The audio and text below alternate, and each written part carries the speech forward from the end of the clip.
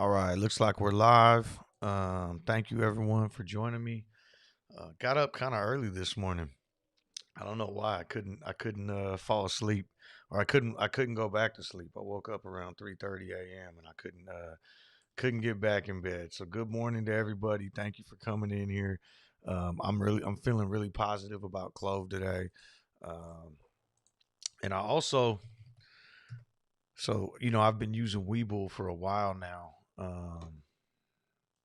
Let me see this real quick. So I go chart settings. There we go.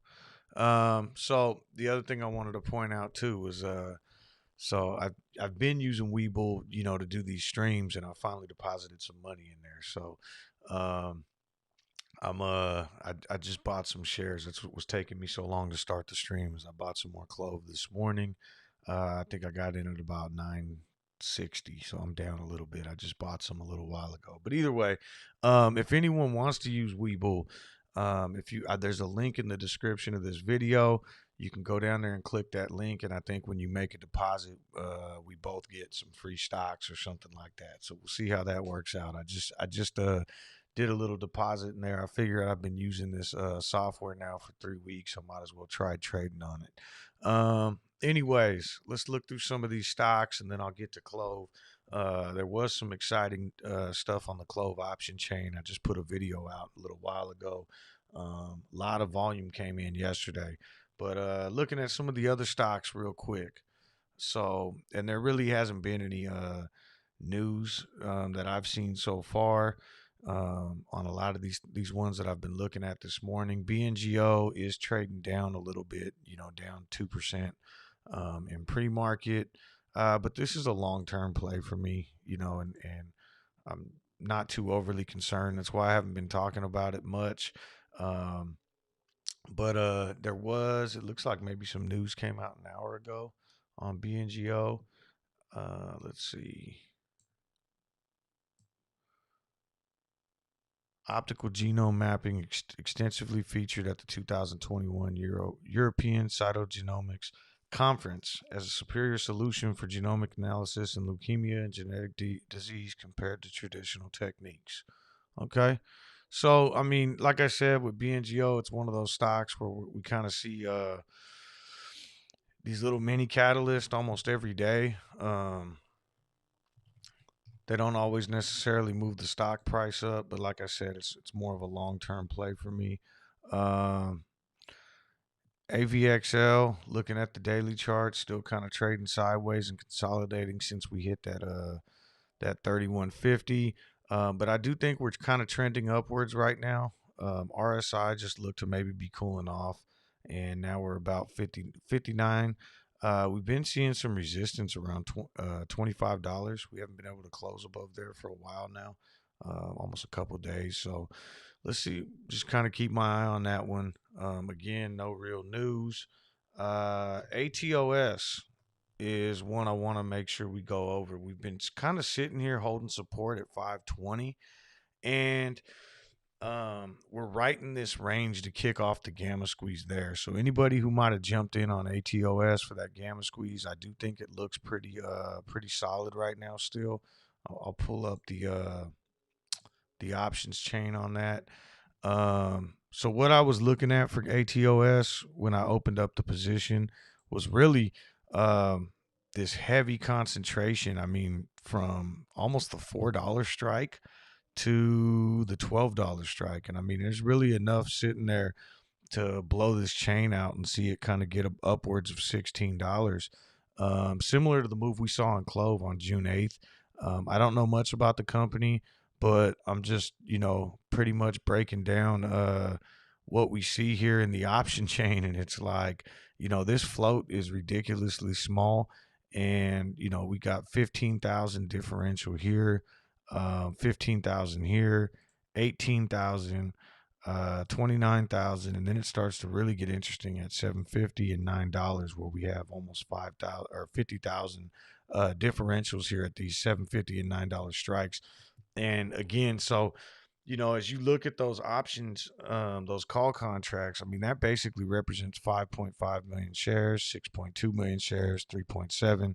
4 million shares, and the float size of this stock is fairly small. Let's see if we can pull that up real quick. Oh, I think I have it over here on this chart. Let's see. Just to get the exact numbers. I'm still learning how to maneuver my way around on webull, but from what I remember, this float is roughly 100 million, which is a lot smaller than where we at.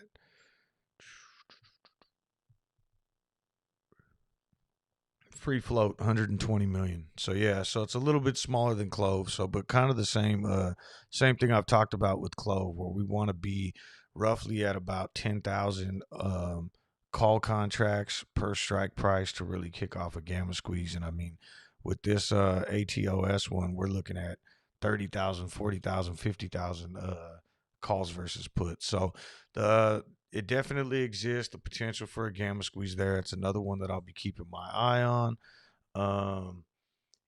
Other stocks that I'm in, the only other one is GameStop, and it's just been trading flat for a long time. But I think the real deal right now, and the one that I'm the most excited about, is CLOV. And that's the video I made this morning. While I don't think it's I like to temper my expectations, and I don't want to get our hopes up too much. But the potential for a gamma squeeze does exist now, and if you watch the roundtable on Sunday night, I was pretty adamant, or had spoken and said that I didn't really see the potential there at the time. But just looking at, let me see here. I'll get this back up now. We'll move over to CLOV's option chain. Looking at the volume that poured in yesterday on the option chain, and we saw a lot of decrease in puts. As soon as we cross this $10 strike price, this threshold, we now have a 10,000 differential here and a 9,000 here at 11. The 12 doesn't really give us much push, but if we come over to August 20th, we see the 1250 strike does have a 17,000 differential, and all of that comes into play. I mean, that's a 0.39 delta right now. That represents basically 1.7 million shares that would need to be hedged, and 70 or 60% of that hasn't been hedged yet. So there's still some fuel in later option chains to kind of still give us that push. Getting back to this week's expiration, though, once we cross the $13 mark, we see another 9,000 differential here. And 15 is kind of the big number that I think really kicks this off. 14,000 at $15. And it's not just here. If we move all the way out to August 20th at 15, we see another 15,000. That's 1.5 million shares that would need to be hedged. So, is it going to happen? I mean, I have no idea. Obviously I'd like it to. Let me get back over here to this. Obviously, I'd like it to, but we are sitting right around that point where we could strike, within striking distance. We're around 950 right now in pre-market. We did get upwards of 1004 at about 1 a.m., like right when the pre-market opened, 1 a.m. here on the West Coast. And, I could really see if we get some sort of movement like we saw yesterday, another one of these kind of little ramp ups, crossing $10 now with the way this chain is set up could really kind of get us that push. And the higher we go, the more hedging that's going to happen. Let me get to the comments real quick. In terms of these stocks we've been watching, everything seems to be down right now in pre-market. Space is down ridiculously. The only one I really see bouncing back right now is MRIN. That's not a stock that I've been in, but I have it on my watch list. I think someone had called out that the open interest there was absolutely insane. And we'll get to the Ortex data on a lot of these in a second. But I didn't realize that I turned off our level 2 data on CLOV. Let's get that back up. All right. So, good morning, everybody. Michael, nice to see you back in here. I know that you got a new picture up there. Right on. Hey, Ingram, good morning. Raj, nice seeing you in here. SRT's in the house. Good morning. Trenton. Who else is in here today? Justin, looking for a green day. Me too. Let's see it. Jason, good morning. All right, let's see. So Michael locked and loaded to buy another 200 shares today. That's awesome. Let's see here. Lisa, nice seeing you in here. Good morning. Rick James, what's going on? Scotty's in the house. Good morning. Let's see. So Rick says, I don't know about ATOS. 5 to 16 squeeze doesn't seem worth it. Yeah, no, I feel you. I'm looking for so if you haven't been in here too much, I mean the bulk of my portfolio is in Clove and GameStop, and more so Clove now. I mean, I don't know if I've actually revealed that. I've always said that GameStop was kind of my big play. But recently I've been adding on and adding on and adding on to my Clove position. So I really see a lot of potential in Clove, but I always like to keep about 20% of my portfolio for other plays. And while 5 to 16 doesn't seem like much, I mean it is a triple up, and if you're playing with options, that could be even more. But that's a straight up bet. I mean, these gamma squeezes, and same thing for Clove. Like I wouldn't go YOLO your account into Clove right now um, with options, because these gamma squeezes are hard to hit. I mean, the market makers know that the potential's there. The shorts know the potential's there, and they're going to do whatever they can to prevent it from happening. But I do like pointing out when the potential's there, because when it is, like I plan on buying probably 10 contracts for July 16th today. Probably way out of the money, maybe like the $20 call. I think it's going for about $10.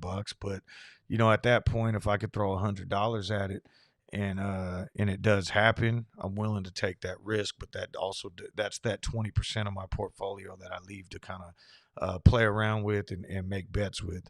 I'm not selling any shares of Clove to go play risky options that expire this week, I guess is the way to put it. Adnan, what's up? Good morning. Chef Daddy's in the house, and co-creator Ego. A lot of the familiar faces. Thank you everybody for joining. I really appreciate it. SRT says Virgin Galactic got a bunch of downgrades, including a high negative social sentiment rating. Who's negative about space? Sunday was history in the making. So what happened is, and this came out yesterday, the company released a bunch of shares. So basically, what happened? What they turned what should have been a positive for their investors in a good day. If we look back, early on yesterday in pre-market, we were seeing this thing. It gapped up. It hit as high as 60. Looked like it was going to be a positive day, and then they came out and said that they were going to. Let's see. Let me see if I could find the exact number of shares, but basically, they were going to do like a offering of more shares, and that's always kind of a bearish sentiment for investors, because they're increasing the float and they're putting more shares out there. And what I have seen a lot of times is with these things, the announcement gets made, but as soon as it gets completed, you'll probably see the stock come bouncing back. Um, but yeah, that really sucks. I mean, I would have expected this thing to really skyrocket yesterday. And some people had said that maybe the flight was priced in already, but I mean, their owner just went to space, and they've had multiple successful flights. There was the whole race against Jeff Bezos. I was expecting this thing to really skyrocket, and I think that them here we go. Here's the actual article from 21 hours ago. Let's see what it says. I just want to get the exact amount that they actually said there. My webull is going slow today. Shares of company's comic stock up to 500 million from time to time. So sounds like maybe an at the money offering. If I'm wrong there, someone let me know. But basically, yeah. So 500 million. I don't know if they actually gave a number on how many shares they were going to sell, but to reach 500 million, what would that be about? a million shares would be 50 million at the prices they were trading at when they released that. So almost 10 million shares they want to release, add to the float. That's always going to get people jumping out of a stock, and that really sucks as a retail trader to kind of be stuck in that when you have that, that positive day and that successful flight, and then to get screwed over by a company. Um, Chef Daddy's in the house. Let's see. Christina, good morning. Glad you enjoyed the roundtable. Let's see. Co-creator says Bezos is saying Virgin didn't really go to space, just upper atmosphere. I don't know about that. I mean, you get up there and you're up there in the galaxy amongst the stars. I'd say that's space, but I don't really know the technicals. I'm not an astronaut. David, good morning. Ego says took a small position in ATOS. Yeah, me too. I mean, that's all I did. I think I bought 10 call contracts when I made the first video on ATOS, and then I added on another 10. So I have 20 calls. Let me make sure. 20 calls right now on ATOS. So, which basically cost me around 360 in total. Um, But I mean, if this thing kicks off, that's gonna, give me a lot more dry powder for cloves. So we'll see how this goes. Um, let's see. Skip, good morning. Nice to see you. Um, Zan's in the house. Let's see. Yesterday's days to cover was point 0.8. Do you think that we will see that rise today? Well, days to cover is basically, um, you know, it's entirely based on the volume, and I think they take the average volume over 30 days, and so, lower volume equals a higher days to cover. Higher volume is going to be a lower days to cover. That's just kind of the way it works. Um, based on the amount of volume we're seeing and the amount of shares that are out there on loan. So if we pull up Clove right now, I know yesterday we kind of ended up having a pretty decent day with volume. Would we hit 50 million? After trading at about 20 or 30 million. But I mean, Clove traditionally was like kind of a 9 million a day type of stock. But these numbers all got skewed because if you're looking at the last 30 days now, I mean, we have a 726 million day in there. We have some 300 million days. So now all of a sudden the average volume for Clove is way higher than it really is. And so that's going to reduce the days to cover. Chef Daddy says Clove is number 2 on Ape Wisdom. Let's check that out. I didn't even really know about this Ape Wisdom stock until about a couple weeks ago. I got to be honest with you guys. But it is pretty cool for tracking social sentiment. And not only is it number 2, but just looking at this, the only thing that's in front of it is the S&P 500. And, really that gets talked a lot about because people are, more concerned with, is the market going to crash? Is it going to go up? All that kind of stuff. So I would almost consider this as being number 1 on Ape Wisdom. But basically, what this is doing for anyone who's unaware is it's tracking, where all these comments and social sentiment is coming from, and it looks like a lot from Wall Street Bets, but they also go into Wall Street Bets New, Wall Street Bets Elite, stocks, investing, SPACs, options, and day trading. So yeah, I mean, I would almost consider this to be the number 1 talked about stock because the SPY is an ETF. So definitely positive news there. Maybe that'll help us see some volume pouring into this stock. Let's take a look at the Ortex data real quick before the market opens. So we didn't really see a ton of or a lot of change here yesterday. Let me see if I can make this bigger for you guys too. I know I'm decreasing it, but it usually it makes it bigger here. So I think we ended the day with like a 14,000 differential in shares borrowed. So not a huge difference here in the shares on loan. 53 million still. Estimated short interest still right around 35.4. And utilization still pretty high, 95. Typically we want to see that closer to 100, but that's still high utilization in comparison to other stocks. Um, on top of that, yesterday we did see, like, when we start looking at the live updates, and it doesn't look like Ortex has given any yet, unless I just need to refresh my page. Oh yeah, I hadn't refreshed. All right, here we go. So shares on loan is 54 million as of today. Um, and estimated short interest 31. It looks like as of now, 5 million shares have been returned.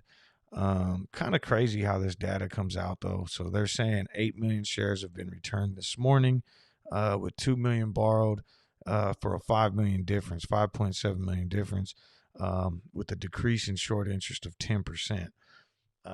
That is pretty shocking in itself. But we saw these numbers fluctuate yesterday from, I think, at one point early on in the day, we were like looking at a 10% increase in short interest. And then later on in the day, we saw a decrease where it was like -6%.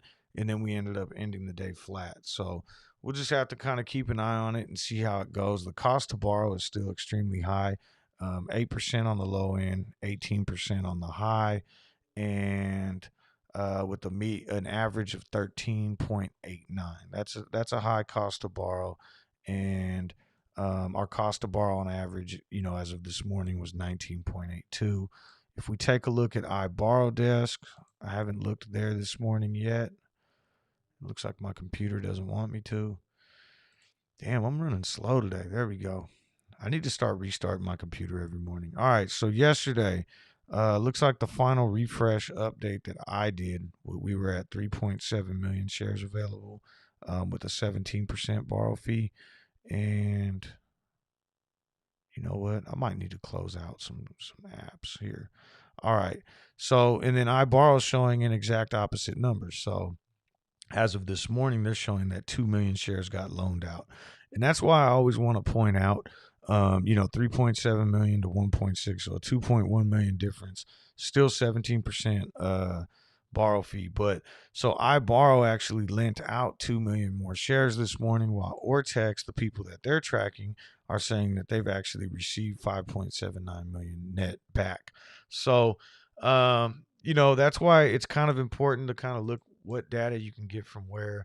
And I'm going to close out the Reddit app and the Discord app right now, just to see if that'll help my computer move a little bit faster, because I'm really getting some delays here. What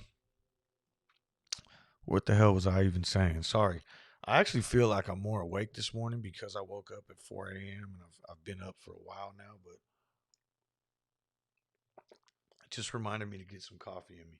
All right. Let's see here. Co-creator says, I don't understand why SPI. Well, yeah, I don't either. I mean, if the intent is to kind of track the memes, but they do look at our stocks and our options and all those other ones too, and those aren't really meme stock subreddits. So I think they're just trying to pull up the overall sentiment over Reddit. Varghese, and sorry if I'm wrong, pronouncing that wrong, but good morning, Coach. What do you think JP Morgan Chase downgrading? I think it was BS. I think that, that spike that we saw yesterday. So JP Morgan did downgrade CLOV yesterday. I think they put a $9 target on it or something yesterday morning. But to be honest, what I think happened here, if we look back, is someone knew this was coming. Whether it was people covering stocks or covering failure to delivers, whatever was going to happen, because we saw a huge volume increase yesterday where we were trading at about, on the 5-minute candles, 120,000, 100,000, and all of a sudden we went into the millions, 1.4 million, 2 million, 1.1.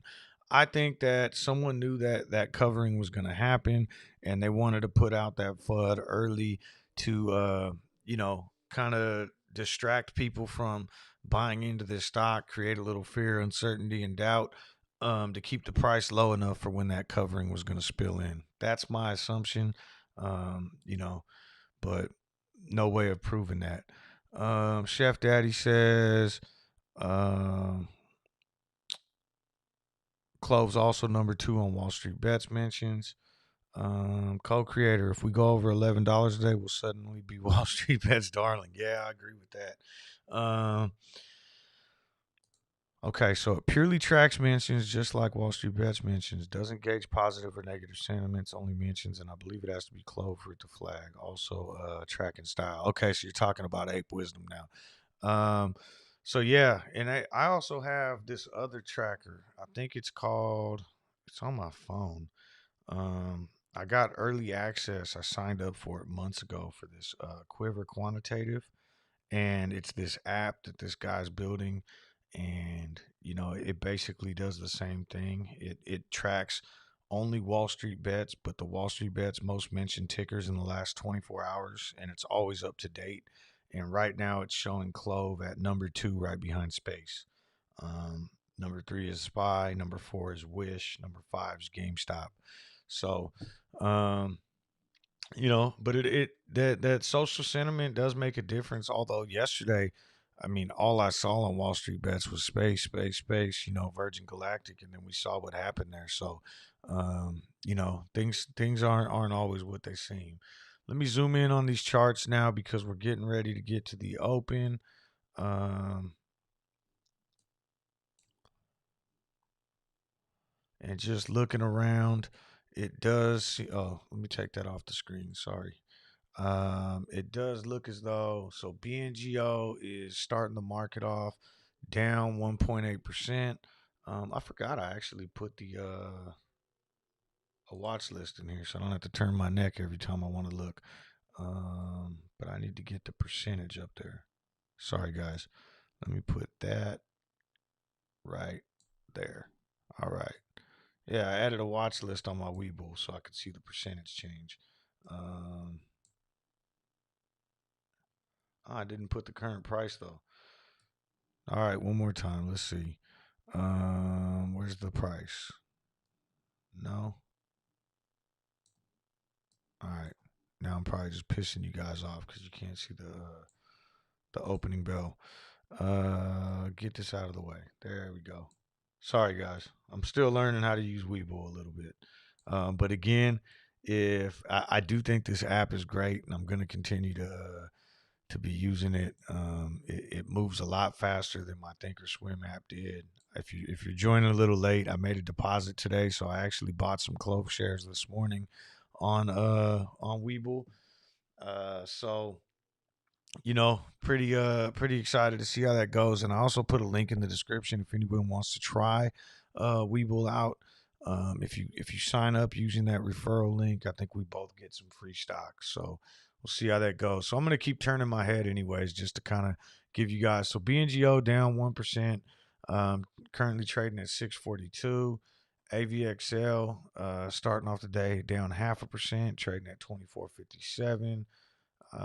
What else isn't over here? AMC down 4.5%, trading right around $40.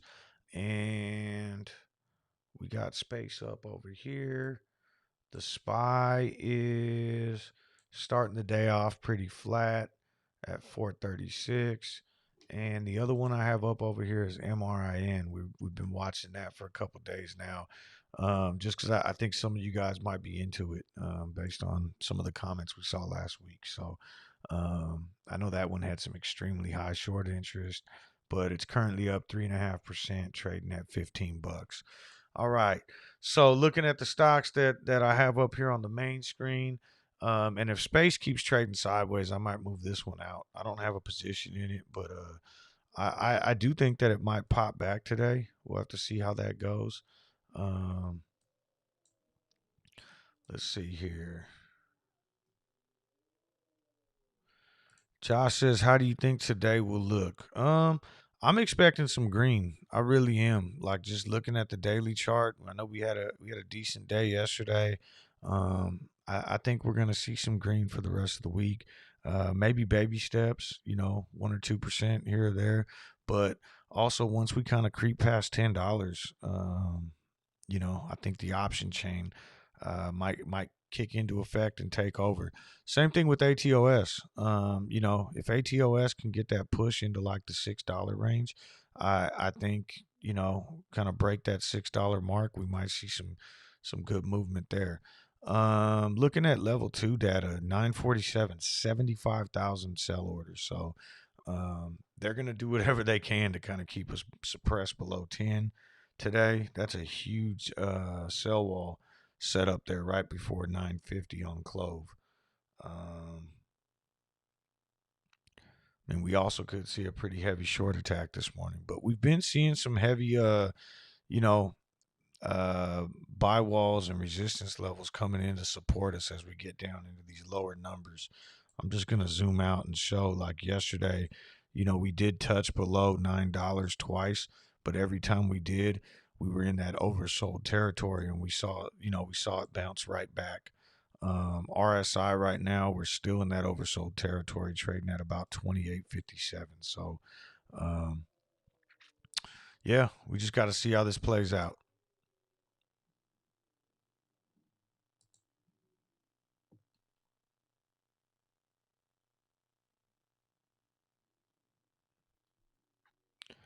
Lisa says a $9 downgrade, then JP Morgan notified hedge funds there may be intraday margin calls. Yeah, it's just, market manipulation. DJ Tardis, what's up, man? Thank you for coming in here. Appreciate you coming in all the time and joining the stream. Who else is in here? Let's see. Target short sellers, what's up? Yeah, I'm gonna be funny today. But hey, you guys too, if you haven't already, just while we're kind of waiting for this opening bell to kind of go in the first couple minutes to come through, go subscribe to Target Short Sellers YouTube channel. Go support Tar Heel Blue, Sean Stocks, Dutch Trades, everybody who's kind of covering Al Trades, everyone who's been covering CLOV. Hit the subscribe button, hit the like button. We're trying to build this community, and also join the CLOV subreddit and the new official CLOV Discord. I believe I put links to those in my description. But Target Short Seller has a lot of great insights on his YouTube channel. Along with the other ones I mentioned, my boy Tar Heel. Go subscribe to these guys, like their videos. Let's get everybody clicking in the YouTube algorithms. Aiden says ATOS is running. Yeah, it does look like and again, if we pull up the option chain on ATOS, I mean, it's already loaded up where the delta hedging is going to start taking place. But, getting past 6, I think is going to be huge. If we can get past 6, that's where that's 25,000 calls. And every single day minute between now and Friday, all of these deltas are going to start moving closer and closer to 100. And they're all in the money, and they all outweigh the puts. And so I really think that things are going to get interesting here with ATOS. This is one of the most insane gamma squeeze setups I've seen in a long time. But again, definitely a bet, high risk bet with a high reward payout. So let's see. Keep an eye on Ortex. Absolutely. Let me go look at it again. I'm going to keep it open over here on the side, but yeah, Ortex, I don't know if you joined a little late, but it did show a differential of like 5 million, 6 million shares getting returned today. Now it's showing 4.26. So more have been borrowed. Not a big difference right now on iBorrow desk.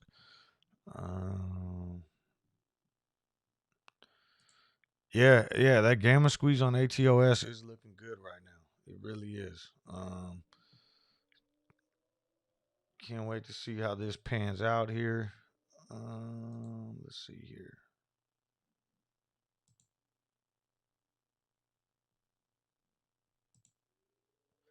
I always get in these things too early. I bought my ATOS a couple weeks ago when I noticed the potential for the for the gamma squeeze, and then they trade sideways for a couple days or go down, and then I end up, it's like, man, I could have got those calls way cheaper. I think the calls that I bought on ATOS when I grabbed them were, I mean, I don't even remember right now, but maybe somewhere around 18 cents. And now they're trading for about 8 cents. I mean, it's not going to matter if the gamma squeeze happens. But you know, we'll have to see what happens. Let's see here. MRIN above open now. You know what? I'll throw that up there. I think it was you, D-Worm, that was watching MRIN. I'll throw that up there so we can kind of see what's going on. Looks like it's up 12% right now. That must be a gap up. But MRIN, and I haven't checked Ortex. I'll go look at the Ortex data on this. I think it was D-Worm that pointed this out last week or the week before, and the Ortex data was showing an extremely high, and I want to say this is like a really low float stock too, but right now I'm trying to pull up Ortex for you. Let's see here. MRIN.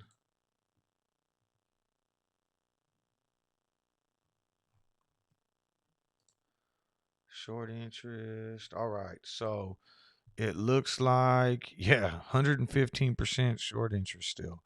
Um, you know, and cost to borrow is 245, 99% utilization. Again, this isn't something that I'm in on or nothing like that, but wow.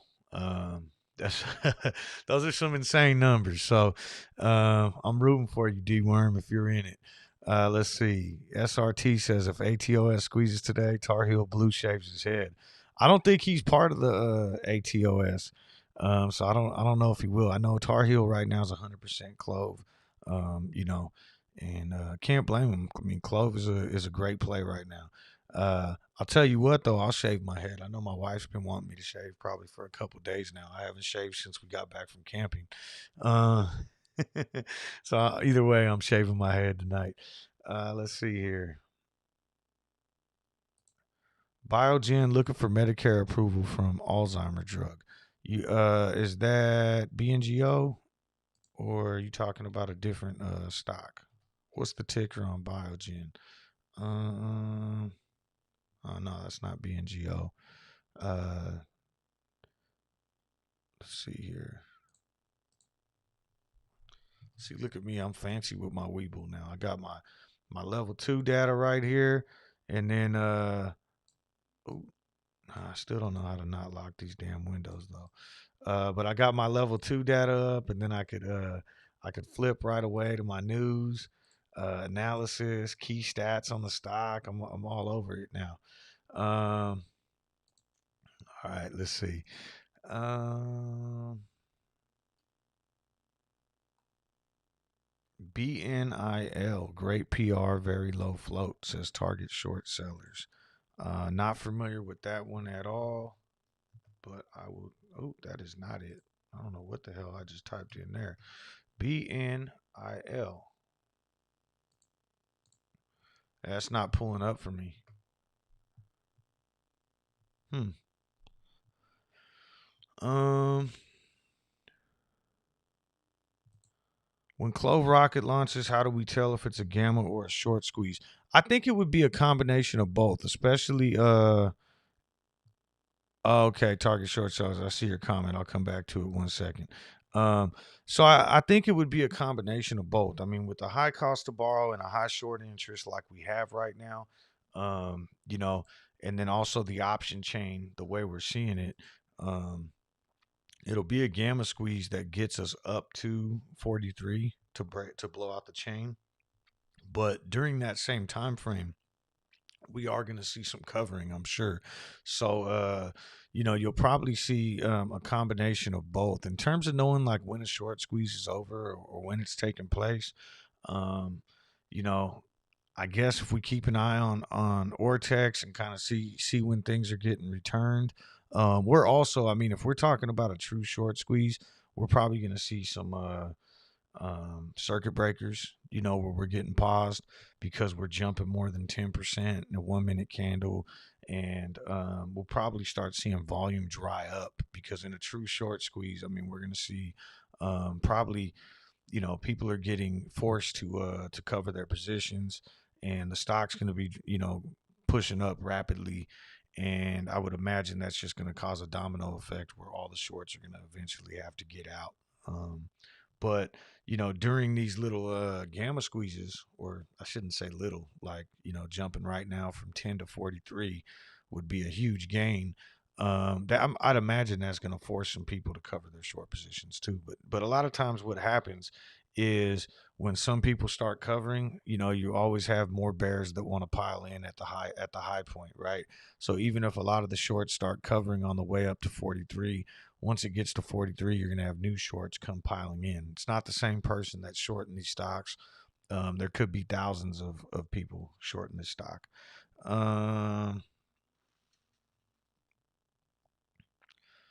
So TSS says blend. Let me take a look at that. Bridgeline dig. Oh God, yeah, it's up 50% right now. Not sure what's going on there. Is that like a short squeeze play or you said on news, huh? Let's see here.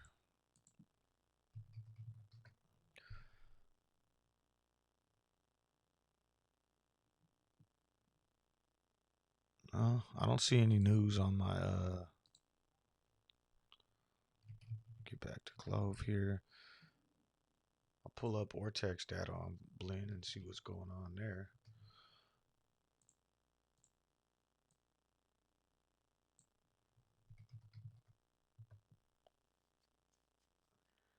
So it looks like, see, I don't understand this. And I like with Ortex, you look at some of these. So, short interest is only at 8%, but the free percentage of free float on loan is 70%. So, you have 70% of this stock shorted, or at least the free float shorted, and that doesn't, account for a high short interest. I don't get that part. But it looks like cost to borrow is extremely high on that stock, and but short interest is decreasing. So it looks, but yeah, it looks like another promising one too. If anyone who's been following my channel, I've already got my hand in too many fires right now. So, GameStop and Clover, my two big plays, and I got some smaller positions in AVXL, BNGO, and a very small position in this ATOS gamma squeeze just to see if we get something popping this week. Um, Co-creator, I heard if you put White Claw on your head after shaving, you will grow clovers out of your scalp. We'll have to try that one. I'll see if we get one of these stocks to take off today. I'll definitely give it a shot. Uh, oh, BIIB, yeah. So there was some news on BIIB too that I know a little bit about. I think so. AVXL. I think I talked about this yesterday morning. So Biogen had gotten some approval a while back, and then I think it was under investigation. How they obtained the approval or something along those lines. I'm not entirely sure, but I know that yeah, they're probing them for their Alzheimer's drug. But I think because they got that approval in there a while back, it kind of had a positive effect originally on all the other stocks that are also doing research on Alzheimer's and kind of in that sector. And that's actually what killed that AVXL run on Friday was the news of this probe coming out.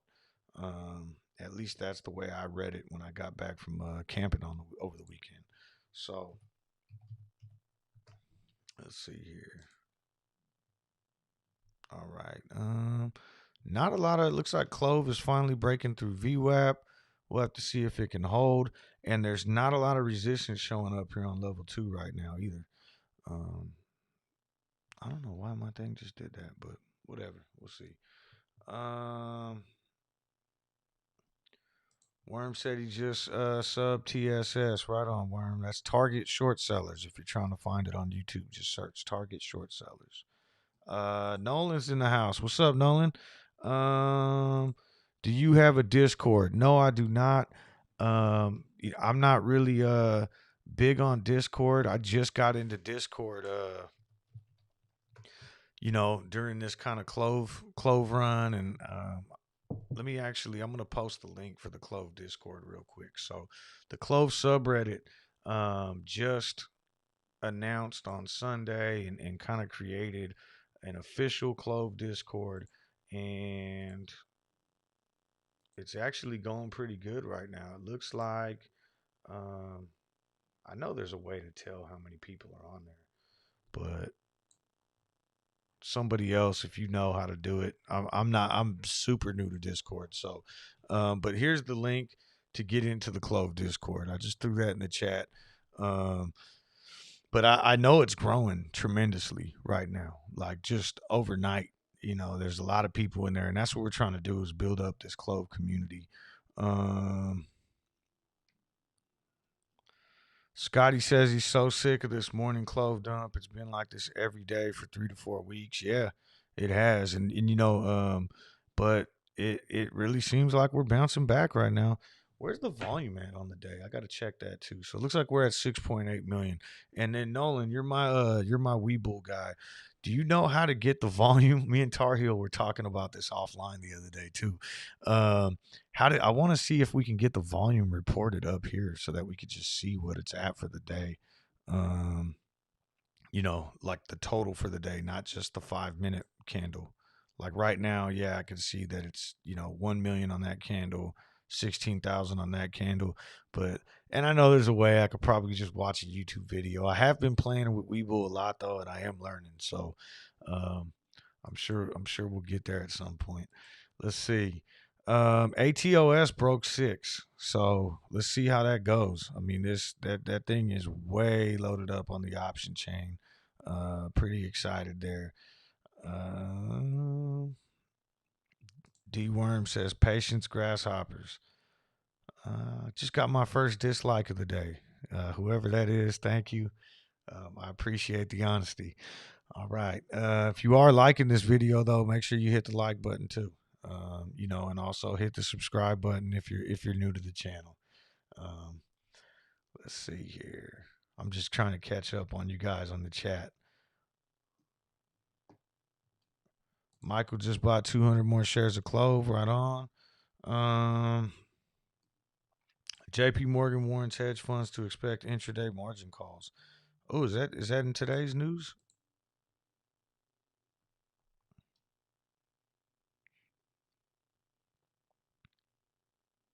No, I don't know. See, I'm bad with. I almost banned you just now. Target short seller. I went to go click on your thing, and I almost banned you from the from the chat. Sorry. I actually did that to someone the other day too. I was watching Tar Heel stream, and he made me a moderator in there, and I was like cooking, getting ready for camping. I was making some chili, and I had my phone on there, and I was trying to hit scroll on the chat, and I accidentally banned a user from the chat, and I had to figure out how to undo it. So I'm still learning a lot of this stuff. But here we go. JP Morgan warns hedge funds to expect intraday margin calls. U.S. Bank may demand variation margin up to 7 times a day after art. Yeah. And that could be good too. Like I've always talked about how I follow the Super Stonks subreddit for GameStop, and there's a lot of good information in there that applies to the markets in general, and and they've been talking a lot about that and how all these margin requirements are changing and rules at the SEC and DTCC, and I mean, if we start seeing some intraday margin calls, things can get really exciting. Um, all right, See, I'm way behind. Tar Heel said he ain't shaving nothing. Narwhal music in the house. Let's see here. Um, Morning, guys. Slowly getting there. Target. Okay, now I'm just putting your guys' on chats up there. Let's see. Oh, there we go. Nolan says add widget and quotes. You see that, Tar Heel? So Nolan's got it under. So let's see. Add a widget called quotes.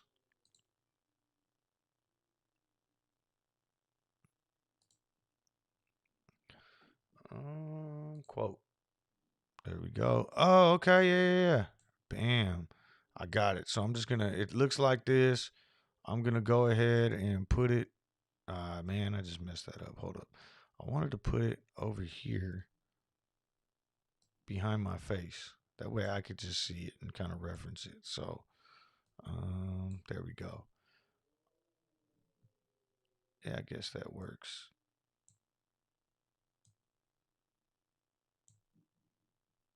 All right. So CLOV 9.26. Even that doesn't show the volume. Let me see.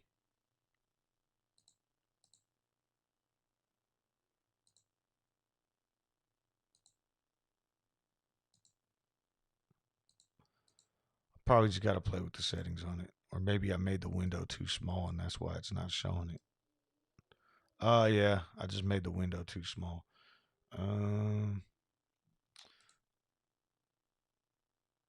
I guess that works. I could see it. So we got the daily volume up now, 7.5 million. Um, cool. Thank you for that. Nolan's the man. He's got all the weeble answers. Um,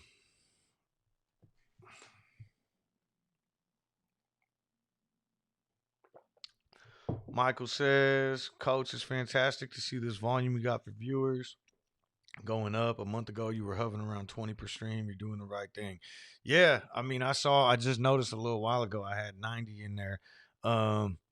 And shit, yesterday, Tar Heel had upwards of 80 at one point. You might have even hit 90. So I really think it's starting to pick up, and I think part of it is just this Clove community getting a little bit bigger.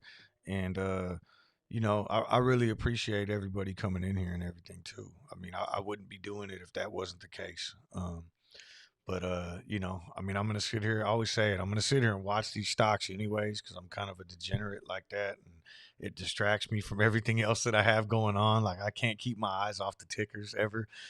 So, uh, even if I got cell service and no matter what I'm doing. Yesterday I was running errands. It's like I'm always just looking. Even when I'm in long term plays. So if I'm gonna be sitting here watching it, I'd much rather do it. This is way more fun being able to sit here and talk to everybody and like I said, learn from other people, and maybe teach other people too. So as long as we're all having fun in here, I'll continue to do it. Um, Yeah, Tar Heel says we're picking up peeps in the chat. This community is growing fast and strong. Absolutely, that's what it's all about, and that's why like I said, someone asked a question about Discord. I'm very new to Discord, very new. Like I just got on there within the last month, so I'm still learning kind of how it works. But I do like it. It's a faster way to communicate. I think Reddit's great for your DD posts.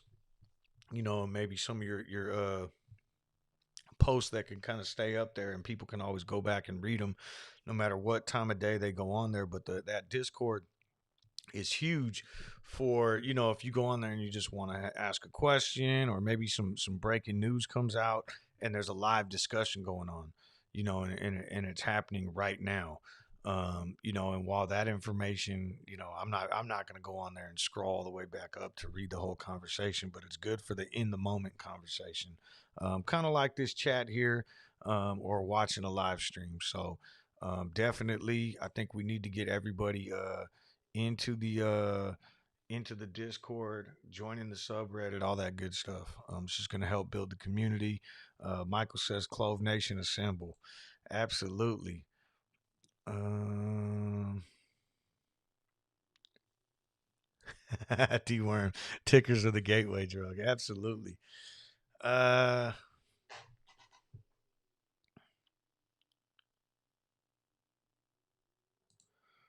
hmm. Just had an alert mention on Thinkorswim that Clove shows signs that it may be manipulated. No way. I got my Thinkorswim on my phone. Let me pull it up. I want to check it out myself. But let's see if anything popped up here. Is this the same article with a different headline? Because this one just came out 10 minutes ago. Um, Clover Health takes a turn for the better. What's next?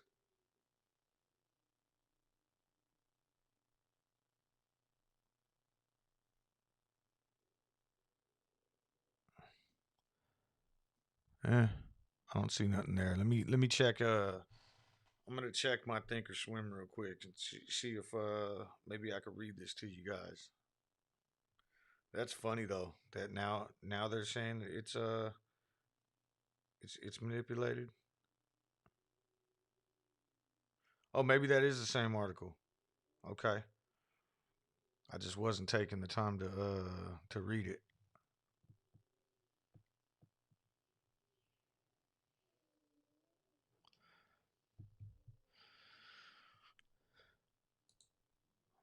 All right,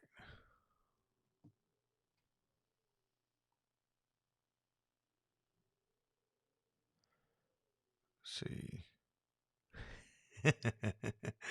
Okay, yeah, I got you. I got you. So you said the top line on that article. Um, Clover Health rose 4.4% on Monday despite receiving a downgrade. Um, yeah, whatever. I mean, the downgrading itself, I think, is manipulation, right? We kind of talked about that. Or text data. Let's take a look real quick. It does look like more shares are getting borrowed. Earlier this morning, we saw a difference of 5 million being returned, and we're down to 3 million now. So we're looking at a short interest difference now of only what -5.5%, and at one point it was -10. So um, does look like some shares are being borrowed. Cost to borrow is still up though. Um, and I don't think utilization. Oh yeah, looks like utilization is actually getting updated throughout the day. I don't know if anyone else. So I always thought these numbers up here, and I think for the most part they probably do only get updated once a day because I haven't seen some of these change, like shares on loan. I think only gets updated in the morning, but it looks like utilization is actually like current, like right now, because I do recall that being 96 earlier. Um,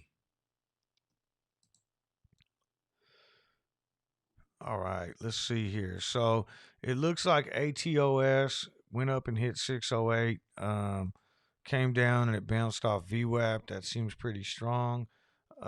You know, sitting at 6, if we can stay above 6, I think this thing's going to get ready to pop. Um, and Clove doesn't seem like it's really been getting hit too hard either. You know, we opened up at 9.39. We are down 4.5% on the day, but I mean, yesterday they were able to push us below 9. I know I may be speaking too soon, but I'm expecting us to pop above VWAP and really start running. Um, let's see here. Just looking around the market, GameStop's down 2.5%. MRIN for DWorm, I think you're still in that one, is up 17%. Uh, looking at some of these other ones, we got BNGO down 3.5, trading at 628. AVXL down 1.7, trading at 24.16. AVXL seems like it's kind of trapped right now between 24 and 25. Um, AMC down 5% on the day, trading right around $40. I noticed that AMC was below 40 in after hours yesterday too. Um, Space down 4%, trading below $40, 39.09. Um, the S&P 500 pretty flat. I think that's everything we've been following, unless there's some tickers that I accidentally took off my watch list. Um, Co-creator says doesn't feel like this morning has been ladder attacked as hard as we've been seeing previously. Yeah, you know, and it could be that, you know, either they're running out of firepower or, you know, potentially um some of them are giving up. You know, that cost to borrow is pretty high, and we might start seeing some people covering. I would imagine that the covering would come in slow, or maybe even through the dark pool. Some of it, you know, just to kind of, you know, not have the price shoot up as high. But we're talking about 54 million shares on loan as of this morning. So, you know, once that stuff really starts getting covering, you know, 3 or 4 million, even 10 million shares is still going to leave us with, you know, a huge amount of shares on loan. But once all of them start getting covered, we're going to see this price skyrocket. Um, Yeah, I saw that. We did. We hit Clove hit where was that at? Let me zoom out here. Clove hit 10:04 right when the market opened.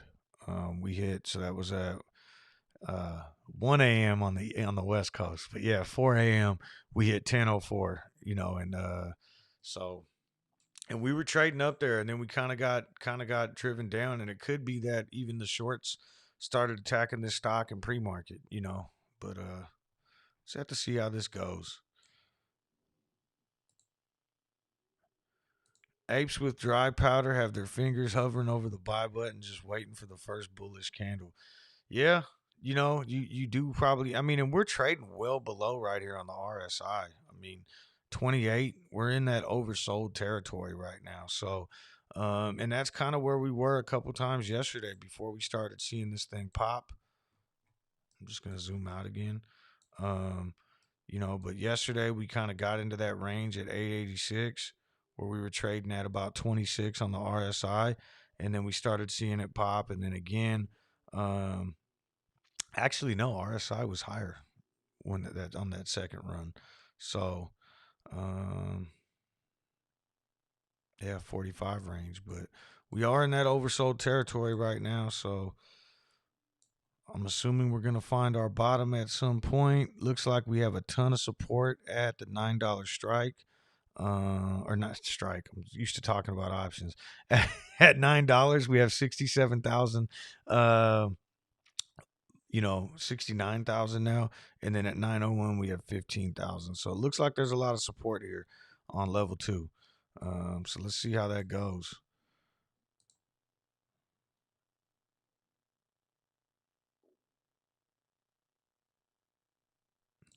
Josh says it's not moving lower. It's just about time the thing gonna go crazy.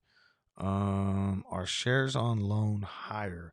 So shares on loan yesterday was about 53 point something, but at 53 million ish.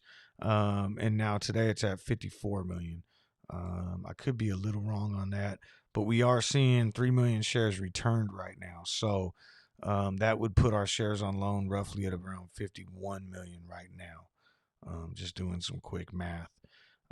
So there is a net return of 3 million shares so far today. But again, that's just Ortex data. If we look at iBorrowDesk on the day last time we looked, and I'll just bring this up and show you. Yesterday it ended out with 3.7 million shares available, and now only 1.6. So that would tell me that 2 million were borrowed here. So I mean, even if we kind of combine those together, 2 million borrowed on iBorrowDesk, 3 million returned through Ortex. Looks like only about a million shares have been returned today between the two. Um,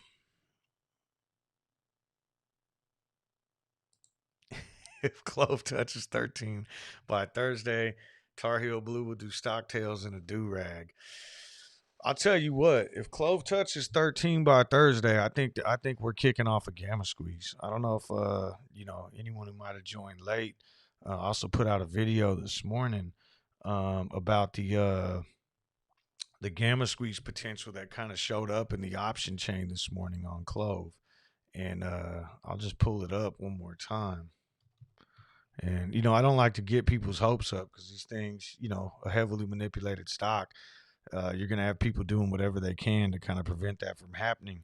But once we cross $10, we're looking at 10,000 calls going, differential between puts going in the money. That's a million shares, and only 0.2 of only 24% of them have potentially been hedged so far. So that's almost 700,000 shares that would need to get bought, or would get bought by the algorithms.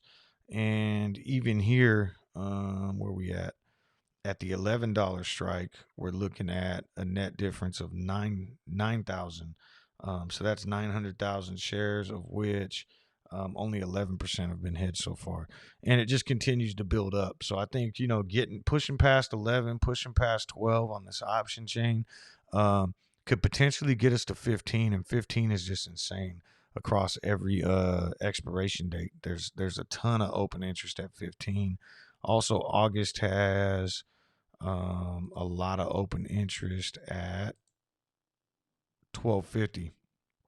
You know, so and you see there that only 34% of those, that's 2.2 million shares, um, that would need to get hedged. So really, as we start pushing upwards, 10, 11, 12, the option chain has the potential right now to get us to 15, and 15 has the potential to push us to 20.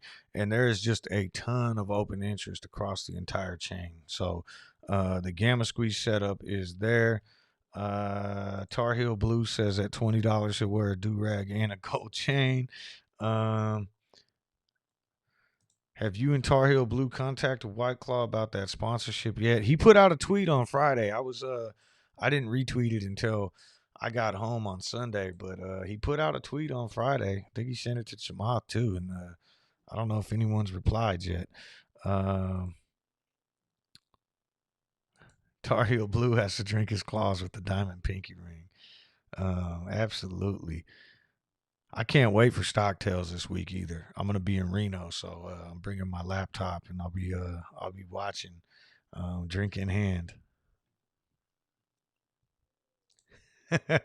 I hear White Claw is tough to crack into sponsorship. Might have to ask Old English. Oh man, you'll be on your own drinking those. I can't. Well, one, I can't do beer anymore. But even if I could, man, malt liquor, I've got to stay away from that these days. Scott says, I don't always drink and trade, but when I do, I always drink White Claw. Dude, that could be the commercial. There you go, Tar. You know how you could Tar Heel, you could put those commercials to the beginning of your, like the intro to your YouTube channel. You got to do that. What is it? Dos Equis. Just like that. I don't always drink and trade, but when I do, it's always with White Claw. All right, let's see. Just looking around here. GameStop hit as low as 182. Back at 184 right now. MRIN is still up about 9% on the day. ATOS up 3.5%. CLOV still down 5%, almost 6%. But we are finding heavy support at the $9 range. So I think we just need to bounce out of this, get above VWAP, and start our little run, and it may be later in the day. Typically what happens is when we look like we're going to do something positive, it always comes right as I'm ready to sign off. So I'd expect a run here in about a half hour, and things will start getting interesting, and I'll have to leave to go make my kids breakfast or something. Let's see. Just looking around. What was that? I just want to check to see. Space looks like it's still down on the day. It did bust through VWAP. I don't know. I don't know about space. I really thought, like I said, I would have expected this thing to really take off. It did come down and fill the gap yesterday, where I had initially said that was going to be my entry point, but I ended up throwing my extra cash this morning back into CLOV. So still have no position in space, but I would imagine, especially once they announce they complete this kind of at the money offering. I think it was an at the money offering, but once they complete it, maybe we'll see this thing turn around. But I don't know. Not sure what to think anymore about that. I mean, you had that great launch on or flight on Sunday, and the stock tanks.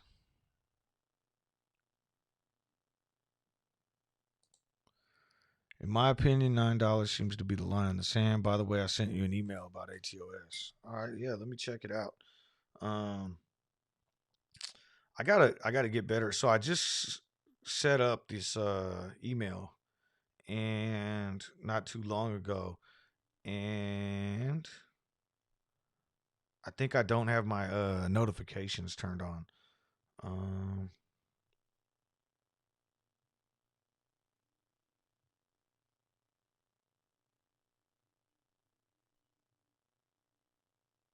Yeah.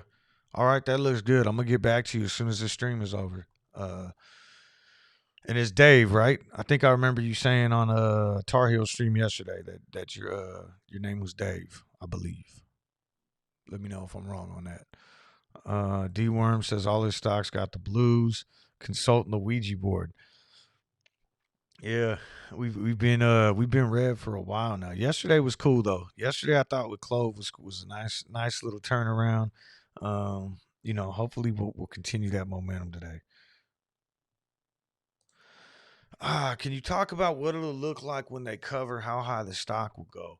I mean, I'm not really sure how high. I think it really depends on where we're at when they cover. So, if we're trading at, let's say we do hit a gamma squeeze and that gamma squeeze propels us upwards of like $30 and that becomes the pressure point where they start covering from. Um, and it really kicks off like a true short squeeze. I could see us going anywhere from like times 5 to times 10. I know that's a huge, huge discrepancy, which would put us anywhere from 150 to $300. If the covering started at $10, then maybe 50 to 100. It just depends, and that's just my own speculation. I mean, I think basing it off of where we saw GameStop get to and where we saw AMC get to, and then just the relative float size, I think is maybe a good way to look at it. But options also have a lot to do with it. Like, AMC's highest that it ever went was like that 73. And, at that very moment when that happened that day, uh, their option chain only went up to 73. So, I think that, it just ran out of steam once it got to the end of the option chain. And with GameStop, I don't think it hasn't blown out the option chain in a while, like since back in January. But that I think was more short squeezed, induced, like shorts covering too, because we started seeing some weird stuff happening where, one day it'd be at $100, and then you'd wake up the next morning and it was at 400 and all of that. And we have a similar float to GameStop, but it's also hard to compare all these plays together because there's different things going on with them, right? Like, the reported short interest in GameStop at the time was 140%, which is a lot different than where we're at. But I mean, I could see this getting up to anywhere from 100 to 300. We do have a very similar float to GameStop. Um, we might be twice the float, maybe. I think I could be wrong, but I think they're at like 70 million at the time back then, and we're somewhere around 110, so maybe 1.5 times the float. But I could see us, pulling a GameStop and getting up into the $300 range. It really all depends. What's that pressure point for the short sellers, and where at what point are they being forced to cover, and are all of them being forced to cover, right? So, because a lot of times what happens too is, just while some shorts are covering the stock, other people are shorting it. So you're still getting downward pressure because there's people who always want to time the top and get in and ride it down and short it on the way back down, and that's going to create selling pressure even during a squeeze. So um, at least that's my take on it. So Target short seller says space $500 million offering. Yeah, that's where I was thinking. Like, they were trading around. I don't know. I tried to look. I don't know if it actually said how many shares they were going to sell. They just said that they wanted to raise up to 500 million. So I'm assuming it's at the money offering. And if that's the case, I could see them, selling upwards of like 10 million shares to 20 million shares, depending on where the stock's trading at. Um, or maybe they already did sell, and that's what's kind of saw this stock tank. I do feel like once they announced that they completed it though, so TSS says he thinks he's going to go back to the 20 to 30 range. Yeah, I'm kind of glad I didn't FOMO into it on Friday.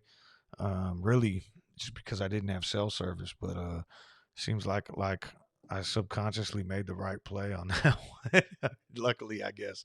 But I do like space and Virgin Galactic, and at some point I'm gonna keep my eye on it. At some point, I probably will jump in, and maybe that'll even be once they announce that they're done with that offering. Um,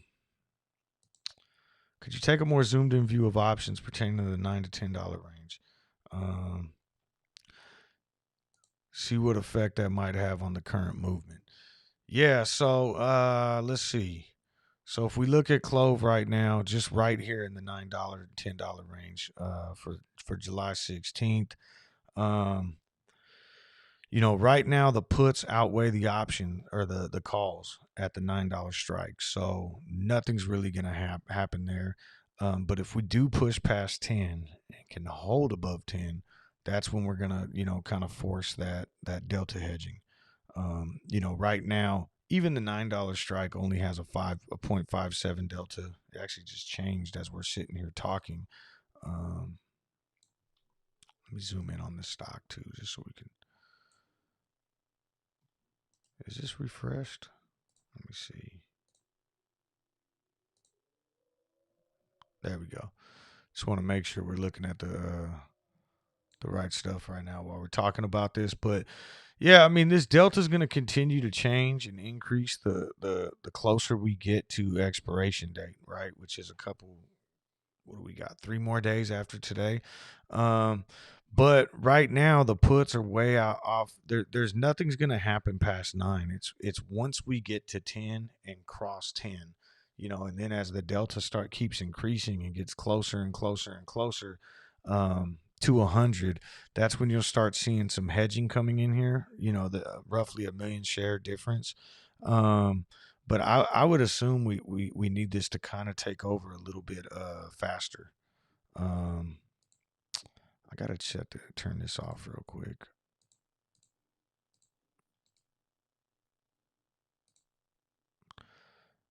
Let's see here. All right. And as we continue to move through the different chains, I'm not going to pull up all the weeklies because there's too many and there's not a ton of open interest. But now if we look at the $9 strike here in August, we actually have 13,000 calls versus 4,000 puts. So that starts to outweigh even there at the $9 strike. So again, now the delta is not going to increase anytime soon to 0.99, like this week. But the higher we go, if we were to get into a gamma squeeze scenario, the higher we go, eventually this will also come into effect and help outweigh even the puts that we have at the July 16th mark. But we're going to have to get deeper in the money. Like if you look, even the $2.50 strike right now for August 20th isn't at 0.99. But it seems like once we get about maybe $4 in the money, like if we got to 13, this would kind of come into effect too. But really, I just think the key is, I mean, obviously closing above $10 this week would be huge. Kind of a huge victory, putting a lot of these options in the money and making them, hopefully they get exercised. But really, in terms of a gamma squeeze and that sort of thing, we really want to see us probably push into $11 this week, and that's when we're really going to see a difference there. Um, I hope that makes sense. I hope I answered your question. All right, so your name is Dave. That's what I thought, and I will hit you up right after the stream too. Um, Not sure if it's having a significant effect, but Branson was receiving a lot of political backlash from the Democrat side after a successful landing. Yeah, I don't know. I did hear that like Jeff Bezos and Elon Musk were kind of coming after him yesterday as well. Um,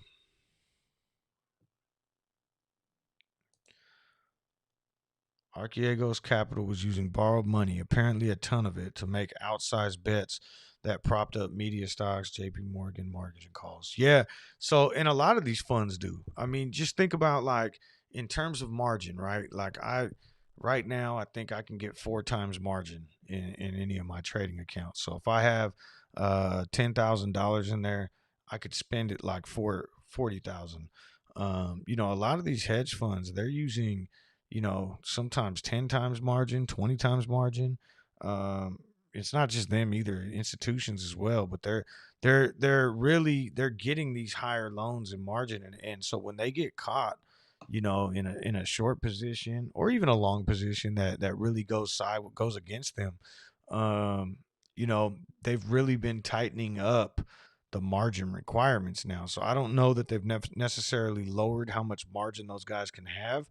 But when they get caught in a pickle now, they're not given like 30 days or a week or 2 weeks to meet their maintenance requirements. They're asking them to do it like within a matter of hours or days now.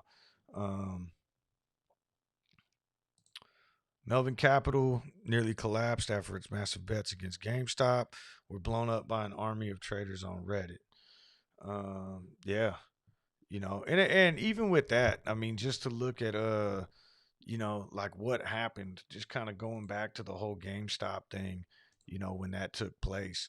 I remember seeing paid advertisements popping up on Twitter and Instagram, like coming up on your feeds saying that, Melvin Capital closed out their short position. Which I don't understand. I mean, I understand, like having a news article to say that they closed out their short position or whatever, because that's newsworthy, because they were kind of the big sinister nemesis at the time of Wall Street Bets and that whole GameStop saga. But they were paying to put that information out there. And then I could be wrong, but I think I remember reading that he never really closed the positions out. They just figured out a way to hide them.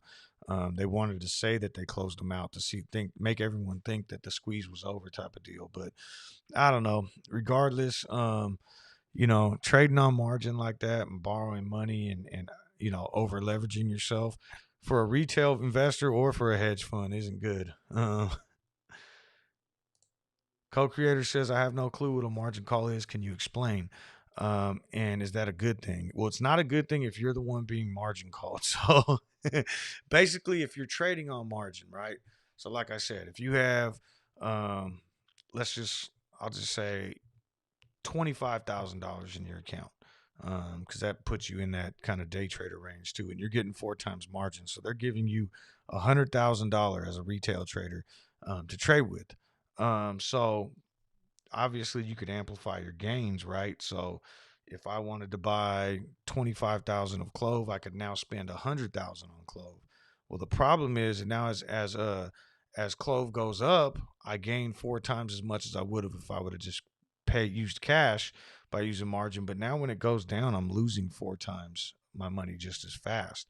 And so once you get to a certain amount of losses, they need you to put up money. So think about it this way: if you buy $100,000 of a stock on margin, and that stock loses 10%, you just lost 10 grand. Well, now the underlying, your cash that you started with, that 25 grand isn't 25 grand anymore. It's down to 15,000. Just off a 10% loss, you basically lose 40% of your capital. Well, you're still holding, a certain amount of stock, and so they're going to come in and give you a maintenance requirement first and say, hey, you need to meet this requirement to maintain your position, right? Like we want you to come in and deposit another 10 grand if you want to hold this amount of shares that you have. And they'll give you a certain amount of time to do it. But once it gets down so low, it becomes, a margin call where it's like, hey, we need this money now. You need to come up with $10,000 today or within the hour or by a specified time, or we're liquidating you. And then if that happens, what they're going to do is they'll come in and sell off whatever assets you have to meet that margin requirement. Because at some point, because they're letting you borrow money, they can't let you go upside down. They don't want the banks. They'll lend you money, but they don't want you to owe them money. Right? I mean, they just want you to lose what you have there. The moment that you owe the bank money, now the bank's losing, right? Because now they got to go after you and collect it. So that's basically what the margin call is. And so in terms of us, a margin call against a hedge fund would be a great thing, right? Because now they're going to start liquidating. So let's put it into perspective. Let's say a hedge fund is shorting CLOV and they're borrowing, this CLOV stock, and they're doing it on borrowed money from a bank or whatever, and the cost to borrow is going up, and the price of CLOV shares is going up. Eventually, they're going to get upside down, right? So if CLOV goes up 10%, and they're leveraged by, times 5, that's a 50% loss. And they need to come up and meet the margin requirements, and the cost to borrow is at 17%.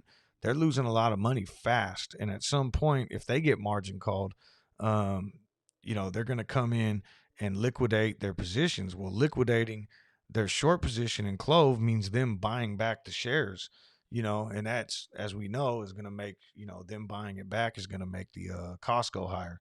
I hope I explained that. I know I was kind of rambling on for a second there. Uh, all right. So Ego says, always trading cash account, never have to worry about it. You know what? I agree. I have a margin account, and the only reason I do it is because with a cash account, and I'm typically more of a day trader, although I haven't been recently since I've been doing this stream for about the last month and a half. But when you have a margin account, what it allows you to do is, let's say I'll take ATOS for an example. I buy ATOS and I spend, I buy 1,000 shares and I have 5,000 shares of ATOS. And now, it goes up to $10 a share and I want to sell those for $10,000. I sell them in a cash account. A lot of times that cash will not be available for me to immediately go dump it into Clove and buy 1,000 shares of Clove. They're going to make me wait until the funds clear, which is usually about 2 days, sometimes quicker. Um, so it's, but if you're in a margin account, you don't necessarily have to buy on margin, but having that margin there basically allows you to make that sale of your ATOS shares now, and immediately that money is available for you to spend on, buying another stock. So it's just a preference thing. But if you are trading on margin, like actually buying on margin, you have to worry about your broker lending out your shares. And but even if you do have a margin account, if you're not actually utilizing the margin, I'm pretty sure you could turn off that share lending. And you may have to contact your broker if it's not like an easily kind of selectable option. So Lisa says there's a reported purchase of 430,000 shares. Can you verify this?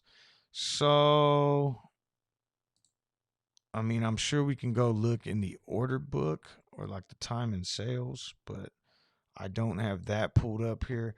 I know in my Charles Schwab app, let me see if I can pull that up. I was talking to or text messaging or DMing, whatever you want to call it, with Degenerate earlier, and it did work. I was asking him how to get kind of the block trade data, and he told me how, and I actually haven't looked at it yet. So I'm glad that you brought this up, Lisa. But this is through my Charles Schwab Street Smart app, and this is all block trades that have come in throughout this morning. It does look like there was a trade of, wow, 335,000 shares, if I'm looking at this right, for $9.38.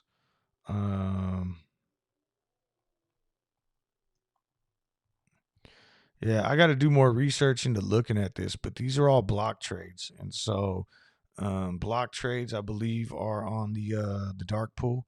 But again, this is something I need to look more into. Like, I've never seen this before. Um, I saw he tweeted something about it yesterday, and so I hit him up like, "Hey, is that Street Smart? I use that software. How'd you get the block trade stuff on there?" And so this is my first time looking at it. But I got it set up this morning to just show me block trades on Clove. So expect some new information coming out of me once I kind of learn how this all works. I'm pretty new to that. I only buy what I put in from my bank at straight market buy. How can a margin call be bad for hedge funds? Yeah, so a margin call. So if they get margin called, now they're gonna have to buy back instantly. You know what I mean? The same way that if we got margin called, let's say we're long on Clove and one of us got margin called, we would have to sell. They would liquidate our position and sell off our shares. If a hedge fund is short Clove and they get margin called, they're going to be forced to buy back their position, before they go bankrupt or lose it all or whatever. So that would basically turn into forced buying, you know. Um, Let's see. They lose too much, and the bank says we're going to sell your stock. Liquidation. Yeah, that's it. Um, yeah, that's my point too. They don't mind you losing your money, just not their money. Absolutely. So, they'll lend you the leverage to go out there and buy as much stock as you want, 4 times leverage. I've heard there's some places that give you 10 times leverage. That's just insane. But most of the brokers that I deal with will normally give you about 4 times margin, and margin's good. Like if you're day trading, and you're jumping in and out of stocks, quick. Like, I'm not saying day trade Clove, but I'm just giving you an example here. Let's say you jumped in on Clove at 905 and came up and sold it when it hit 925. Yeah, it's only a 20-cent gain, but if you're trading on margin and you have 25,000 in your account and now you're able to buy $100,000 worth, well, shit, you could have bought 10,000 shares of Clove right there on margin, wrote it up 20 cents, and God, my math's probably off right now, but you basically would have made like 2 grand in a quick trade. And that's something that margin allows you to do. And so, like, that's why I keep a marginable account, is for day trading when you want to jump in and out of things like that, because it just allows you to amplify your gains, but also amplify your losses. Um, but yeah, they don't mind lending you that money to make money with, or, to lose your own money. But once it starts getting to that point where the trade's going against you and now you're losing too fast, they don't want you to start losing their money. So they're gonna come in and wipe your ass out quick. All right, let me get another drink of coffee here.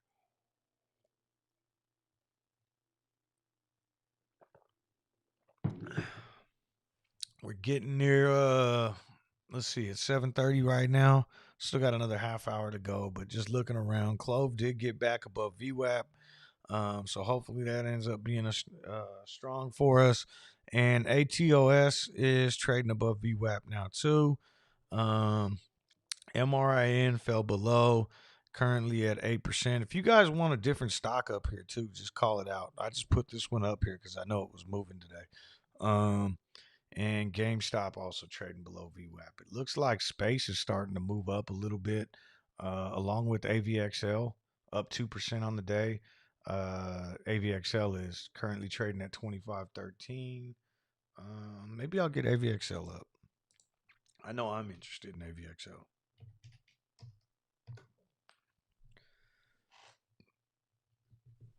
All right, let's see here.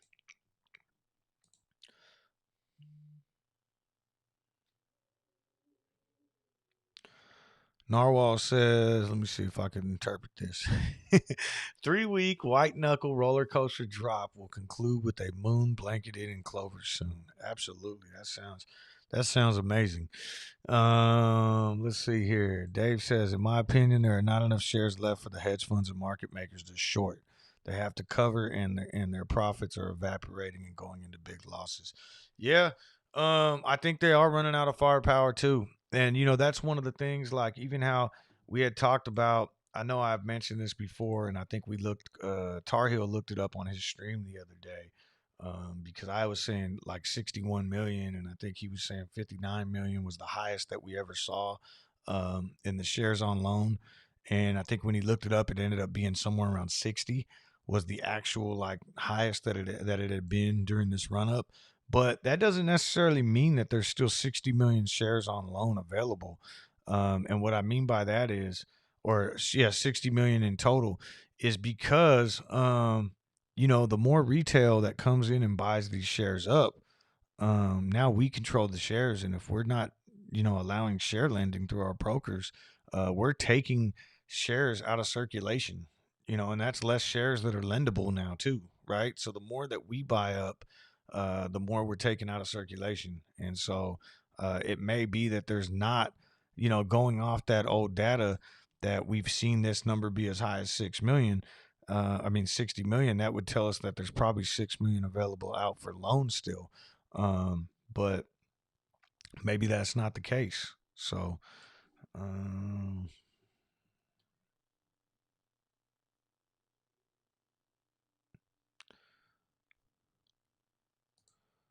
That's what I need to do. Out of powder too soon, waiting on funds to clear. Yeah, so that's and again, I'm not saying buy it on margin, but for me at least, I always had a margin I always have a margin account, and with these long-term positions, especially like these highly volatile positions, I'm still trading out of a margin account, but I'm only using the cash that I have in there. So I guess what I'm getting at is if you have, you know, 10 grand in your account, you have 10 grand in your account. Yeah, they're going to give you the ability to maybe trade with 40 grand, but just, have the self control to only buy $10,000 worth. But what's going to happen is, um, you're going to have your funds clear right away. That's basically what margin is. And they're going to charge you a little bit of interest on that, like, but I think it's prorated over the course of the entire year. So if you're just using that interest over the course of 2 days while you're waiting for funds to clear, but it allows you to trade right away. Um, and that's what I like about it. Jordan, with crypto and foreign exchanges, you can get 100 times leverage.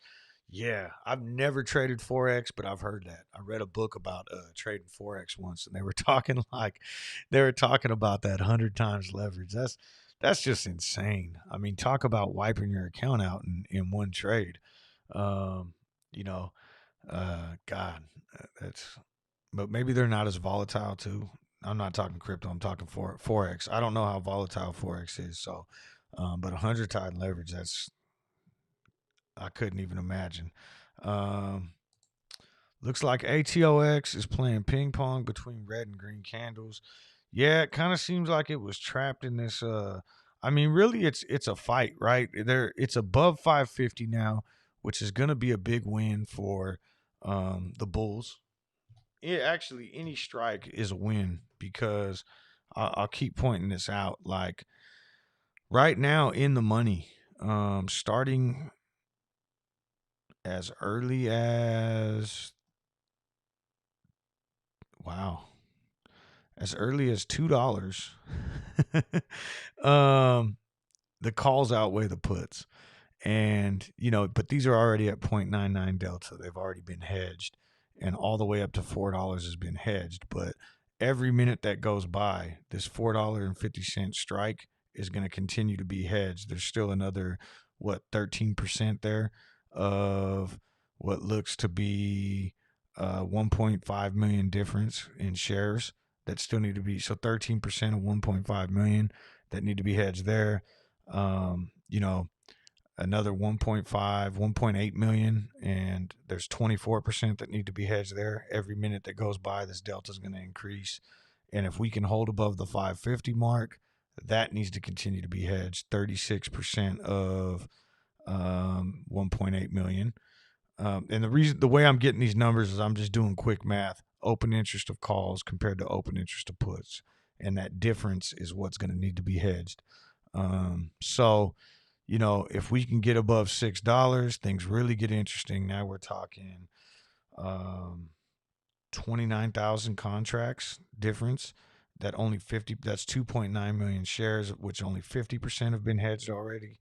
And then it really gets interesting at $7 and $9. But is regular buying power of people coming in and buying shares going to make that difference?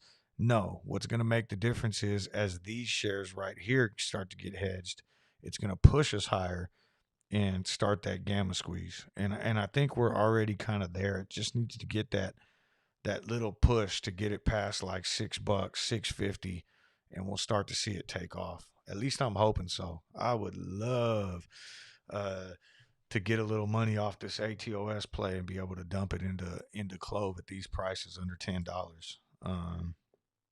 And that's exactly what I'm going to do if this happens today. Is jump in on CLOV before CLOV takes off.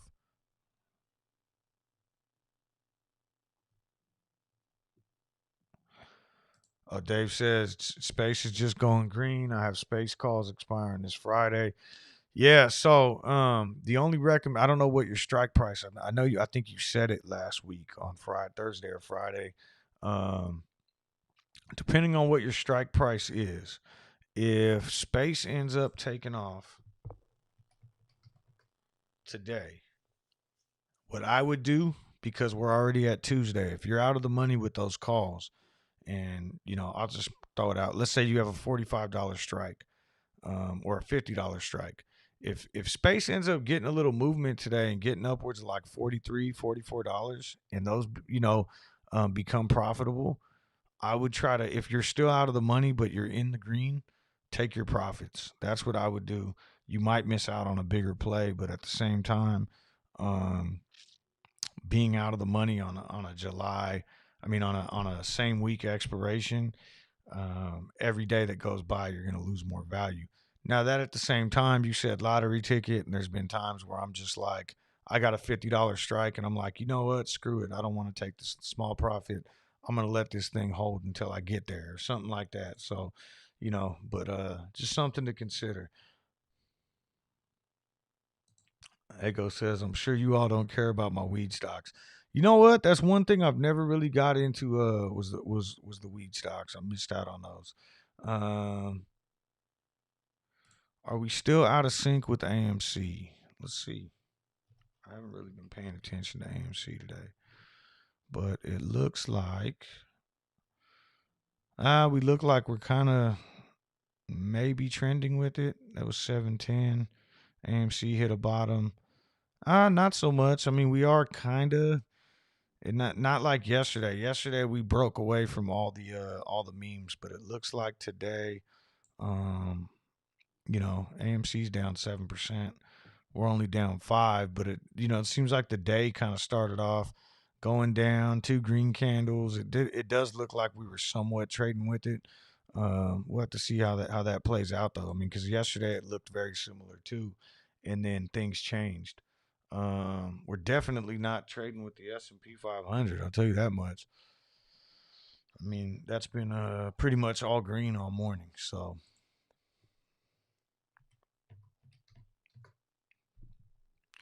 but yeah, space is going green.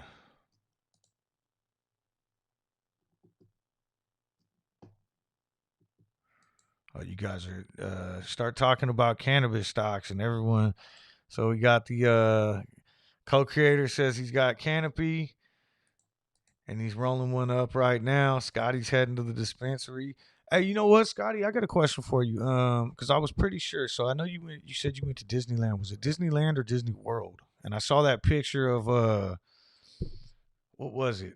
I can't Rise of the Resistance ride, but I don't know. And I know they have that in Disneyland. I just saw it recently. That ride was badass, but I wasn't sure if that was if they had that same one in Disney World. Just out of curiosity, nothing to do with the dispensary. But then, especially if you are going to the dispensary, I'm thinking maybe you're in California with me. Um, Co-creator says he's all about the green pop money or Clover's green is good. More green candles would be nice.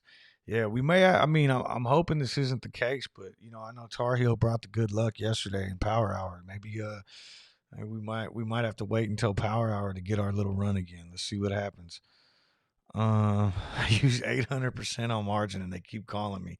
That's never good. Um,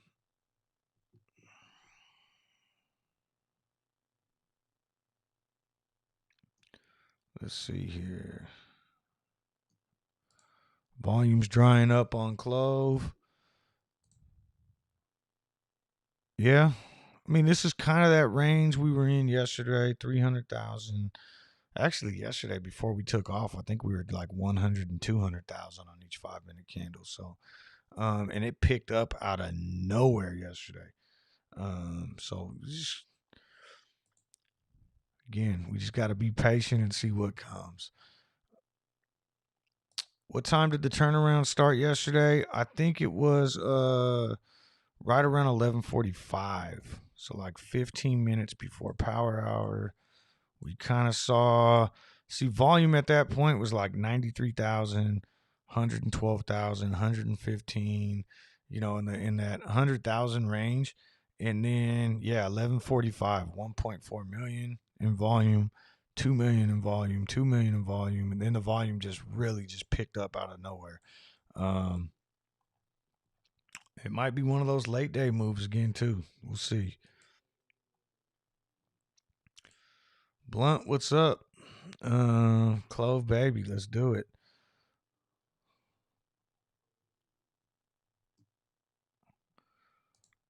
So Dave says, yeah, $45 strike. See, I could see with space on the $45 strike trading at 41 right now. Not sure what you got it at, but IV is probably shitty right now just because the stock went down so much yesterday. But if we get some movement today or tomorrow and all of a sudden this thing gets back up to 45, even though you're not going to be deep in the money, I can see IV increasing with people jumping on board, and you might be able to sell those at a decent profit. But I guess what I'm saying is just try to exit. Um, if you get in the green, I would try to exit in the green as early in the week as possible, right? Because the further out it goes and that you're trading under 45, if you get into like Thursday afternoon trading in 45, you're going to see those contracts end up being worth like 5 cents a piece or something. Um,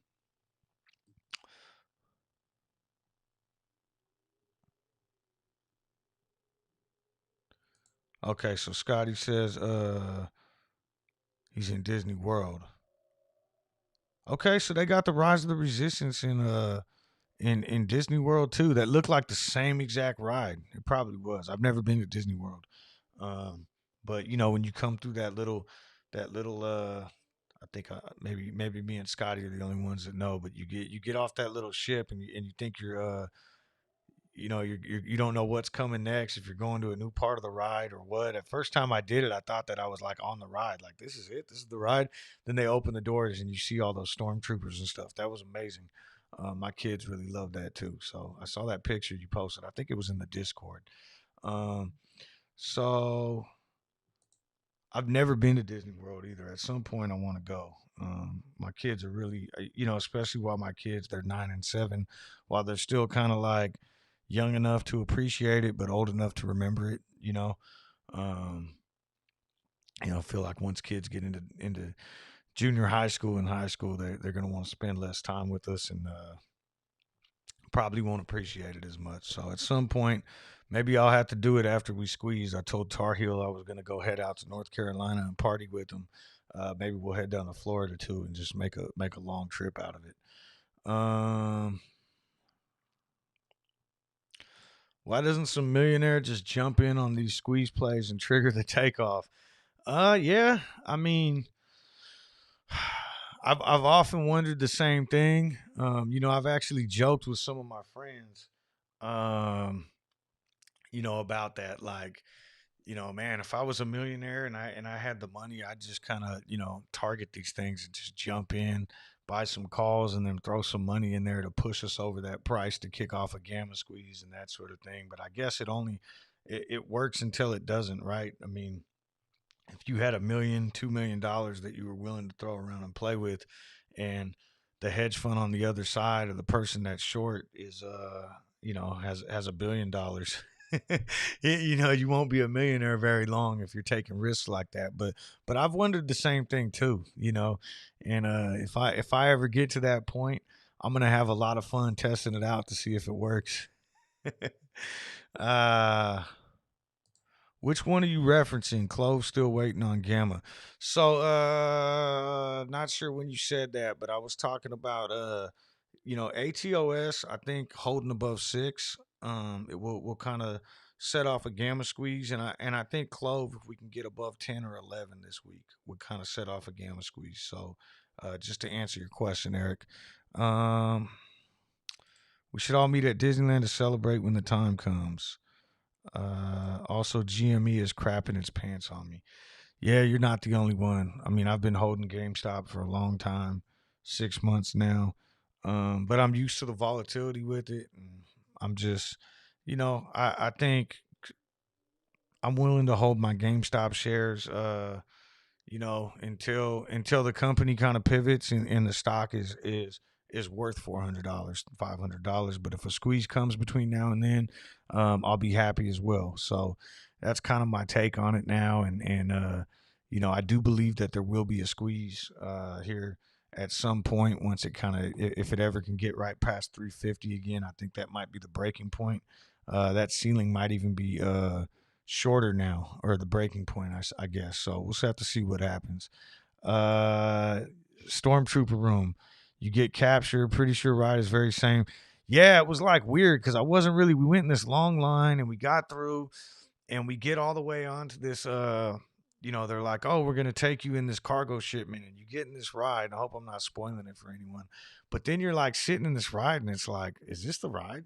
Like this is kind of weak. We waited for this. We're like looking around, and then all of a sudden they take you off on the other end or whatever, and it's like you got captured by stormtroopers, and you're in this prison, and it was that ride was amazing. It really was. I went to Knott's Berry Farms when I was little. I mean, this was like the first and only time until I was an adult. Actually, I went to down to Southern California because I'm in Northern California. But we went down to Southern California for about 3 days, and I think we did 2 days in Disneyland, or no, we must have been there for 4 days. Like 2 days in Disneyland, 1 day at Universal, and 1 day at Knott's Berry Farms. But it was so long ago, I don't even remember.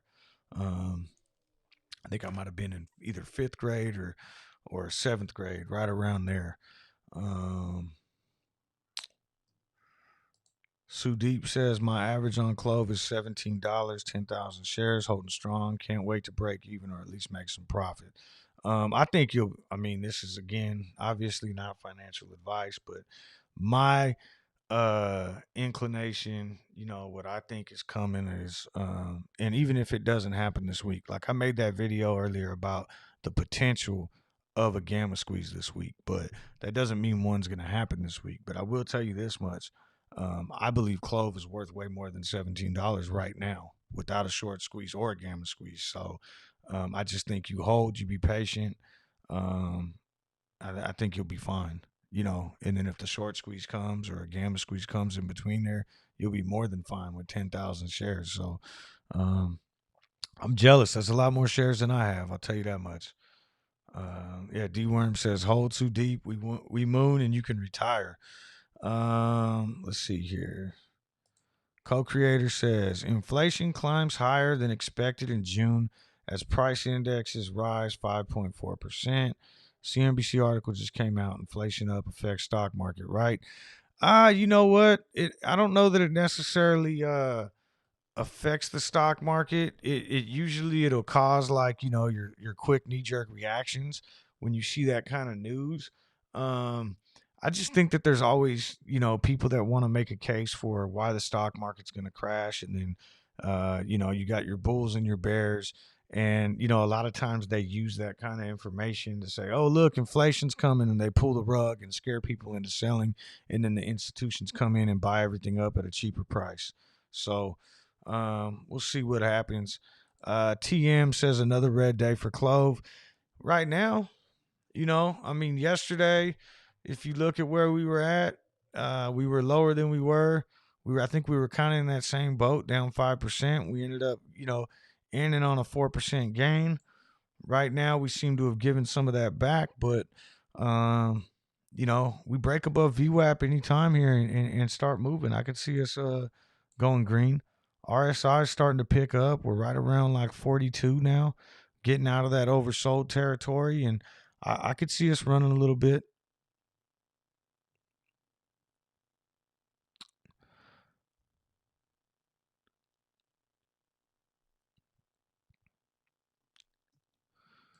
Lots of people like Hot Trades and Weenie. I don't know who those are. Do not like CLOV. You need to go educate them. D Worm points out a CLOV double bottom. Yes, that could be strong. We look like we bounced off 906 a couple times now. Even let's zoom in. Right here too. But yeah, that's absolutely. We got this double bottom. Maybe that could be our turnaround and our reversal point. Really we want to kind of bust through VWAP here with a lot of volume behind it. And I think that'd kind of get some day traders jumping in to take this thing for a ride. And hopefully that ride pushes us into above $10. Do you know why CLOV is down again today? It seems like we can never get 2 green days.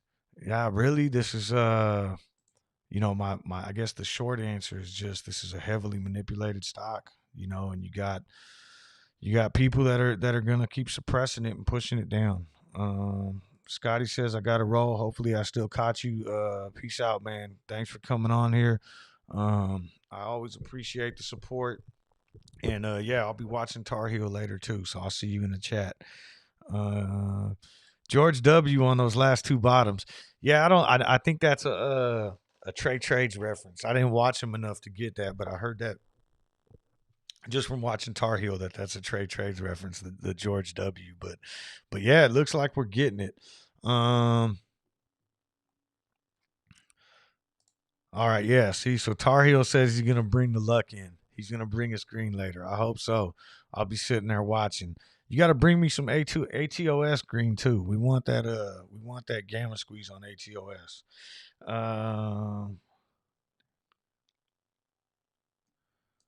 I was like, what the hell is he saying? Then I got it. Manipulation. uh, let's see.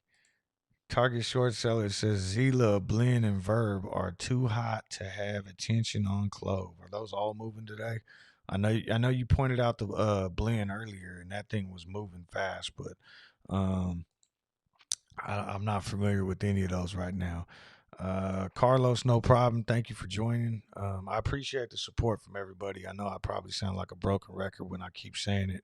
But the whole reason I'm doing this is because I'm enjoying it and because people are watching. So if no one was watching, I wouldn't be doing it. And that being said, if you are new in here, please support the channel by hitting the subscribe button and hitting the like button. I think that helps. I think. Uh, but I am gonna have to take off here in a second. Co-creator said I have kids to take care of. That, and one thing I've been procrastinating on, which is terrible, is I'm also in the middle of writing my dissertation for my doctoral. And since I've been streaming, I've been kind of not procrastinating, but I'd say not as focused. And that's one of the reasons why I had to get rid of the Power Hour stream. And I think Tar Heel does an amazing job with it, and I enjoy watching him just as much as I enjoy streaming. So I'm kind of glad he took it over though. I really am, because I gotta, between my kids and school, I got to get a lot of stuff done before real school starts. And I have to go back to teaching, which is in about another month from now. Let's see here.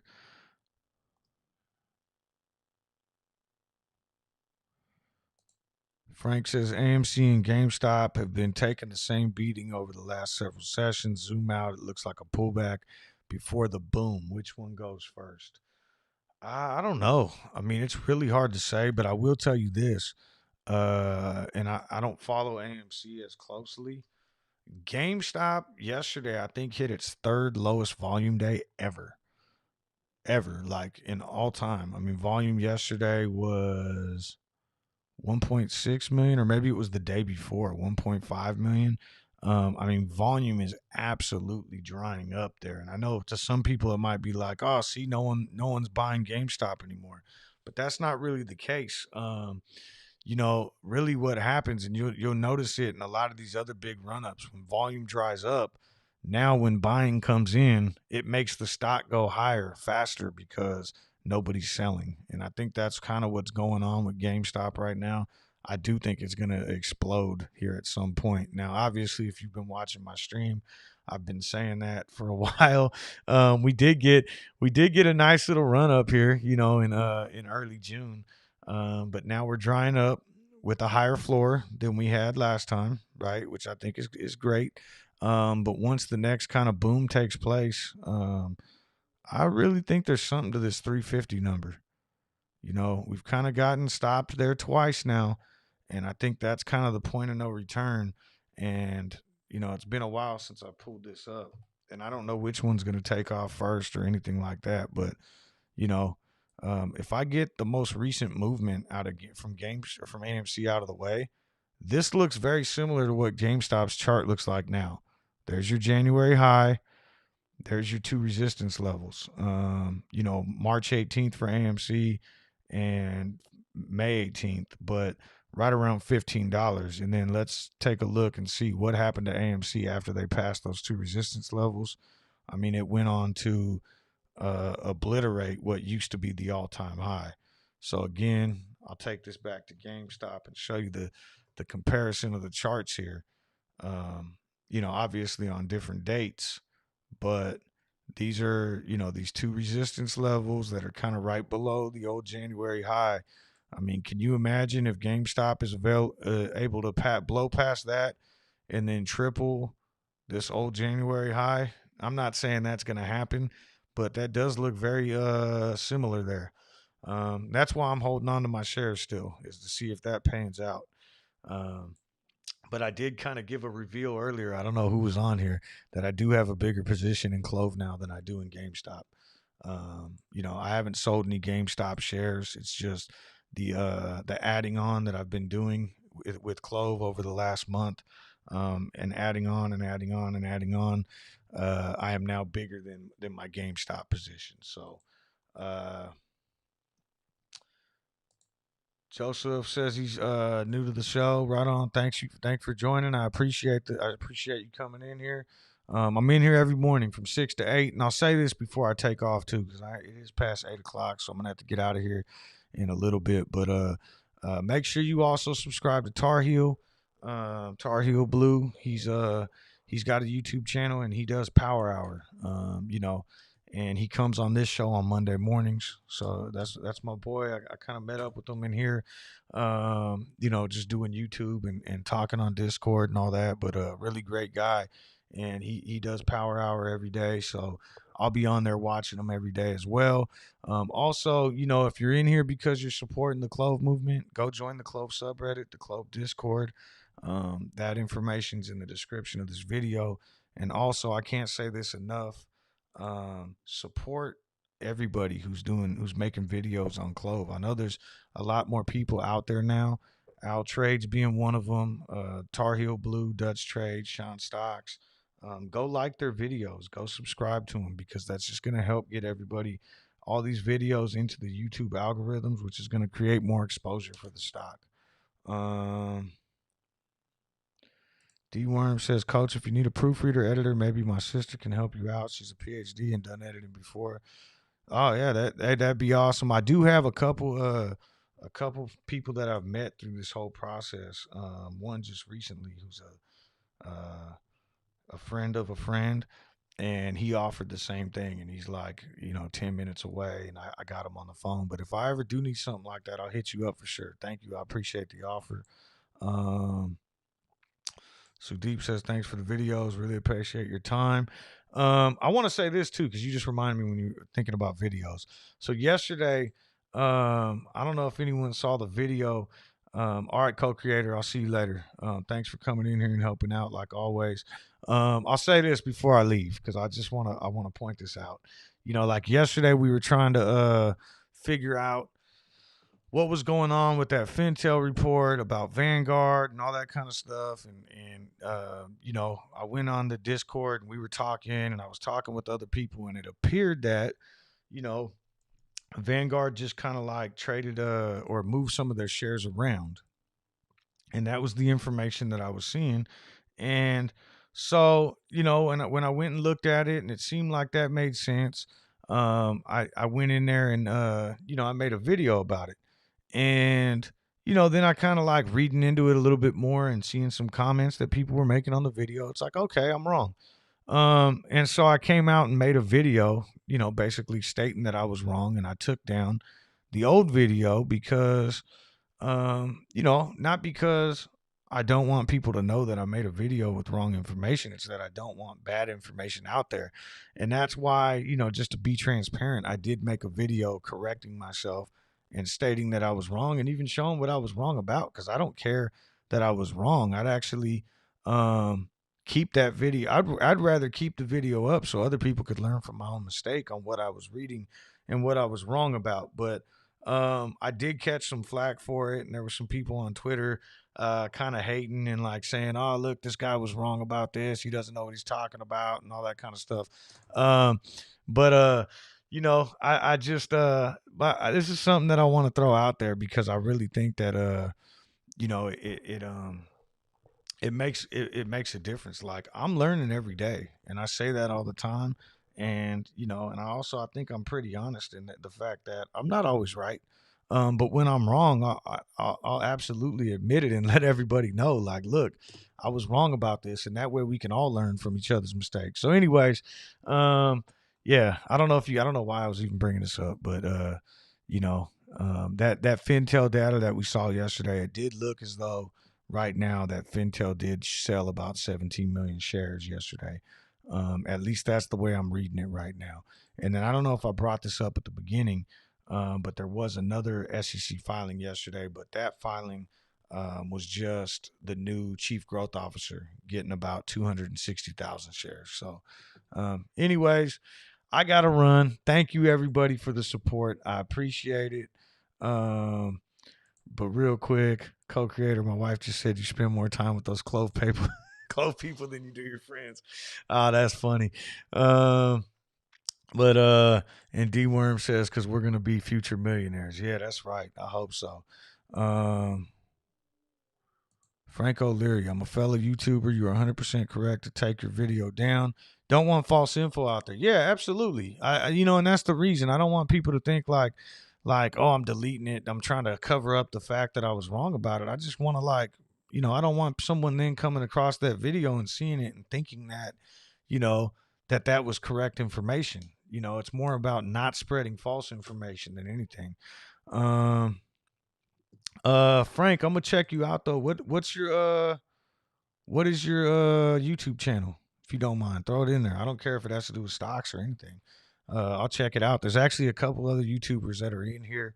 SRT's one of them. I checked out his channel and ended up subscribing to it. He's in here every day. So if you get a chance, drop me a line, let me know.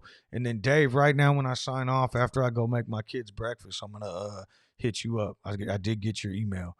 All right, guys. I'm going to take off. I hope to see you guys later. And then also make sure you guys check out Tar Heel this afternoon. I'll be in the chat in there bullshitting and hanging out. And hopefully he'll bring us some good luck and get us some green today. All right. Talk to you guys later.